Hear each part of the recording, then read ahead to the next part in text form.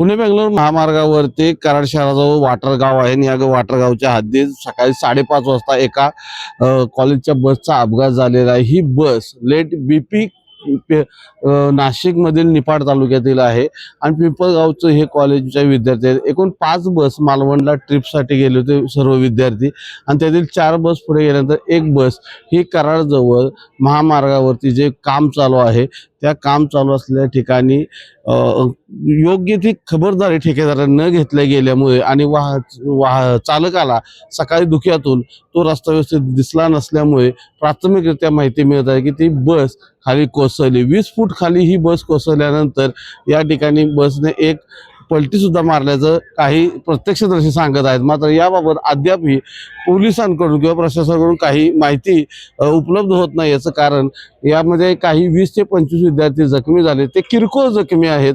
सुदैवाने सर्व विद्यार्थी व्यवस्थित असल्याची माहिती वैद्यकीय अधिकारी असतील, पोलीस प्रशासन असेल यांच्याकडून मिळत आहे आणि एकंदरीत 4 विद्यार्थ्यांवरती सध्या उपचार सुरू आहेत तर 25 जणांना किरकोळ इजा झालेली आहे आणि त्यामुळे सुदैवाने यामधील विद्यार्थी सुखरूप असले तरी जो ठेकेदाराचा हलगर्जीपणा आहे त्यामुळे हा अपघात झाल्याचा प्राथमिकरित्या दिसून येत आहे।